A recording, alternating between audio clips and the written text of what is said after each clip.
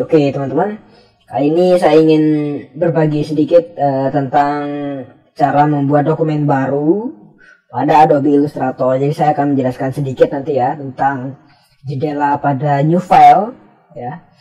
Oke, cara untuk membuat file baru teman-teman. Karena di sini saya menggunakan Adobe ini ya, Adobe CC 2017, mungkin tampilannya akan berbeda dengan teman-teman yang menggunakan versi di bawahnya. Tapi di sini saya akan coba menjelaskan menggunakan cara versi sebelumnya teman-teman. Jadi kan biasanya kalau teman-teman menggunakan versi apapun ya teman-teman, kalau buat file baru tentu akan milih file kemudian new ya, seperti ini.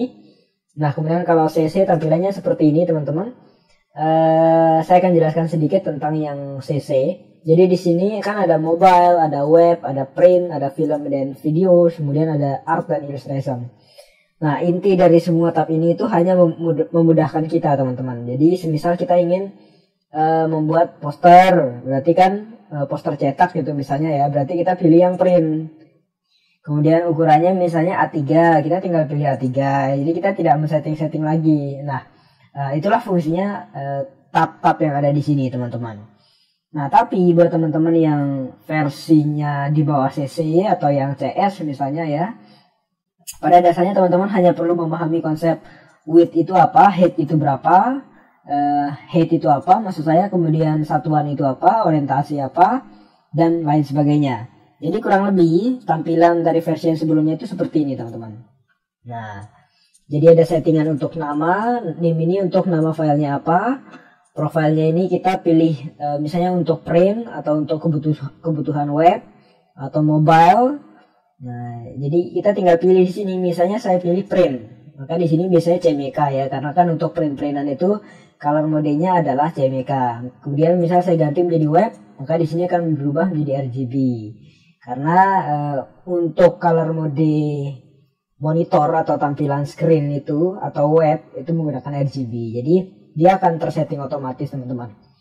Kemudian untuk artboard, nah di sini ada number of artboard kan, artinya ini satu ya, artinya artboard yang kita bikin itu satu, itu fungsinya di sini. Kemudian size, nah di sini kan ada size ya, di sini ada pilihan-pilihan ya, ini seperti preset sih, jadi kita tinggal pilih yang mana.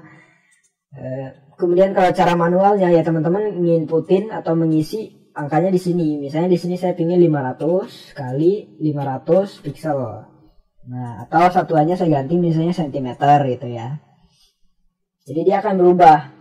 Jadi 500 kali 500 pixel sama dengan 17,64 kali 17,64 cm teman-teman. Untuk masalah unit ini tidak masalah teman-teman. Ini hanya preview saja. Jadi ketika kita ubah ke inci, maka jadinya segini.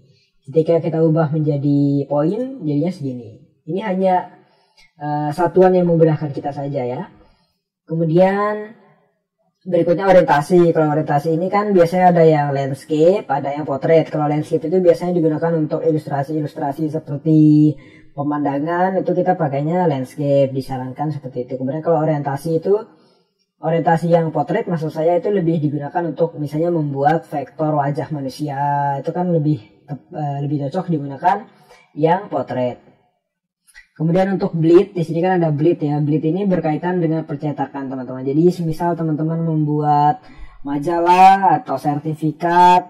Nah untuk angka bleed ini perlu diisi teman-teman. Bleed ini artinya apa namanya?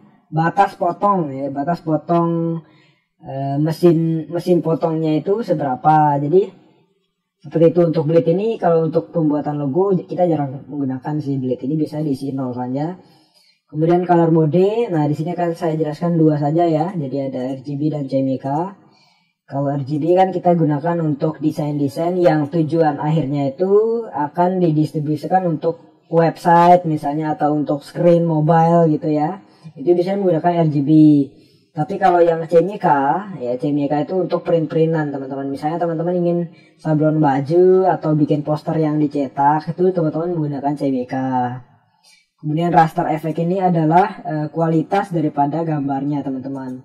300 ppi ini maksudnya adalah berapa pixel height dan width-nya. Jadi kalau 300 seperti ini maka akan ada 300 pixel ke sini, dan 300 pixel ke bawah, artinya 300 kali 300 gitu ya.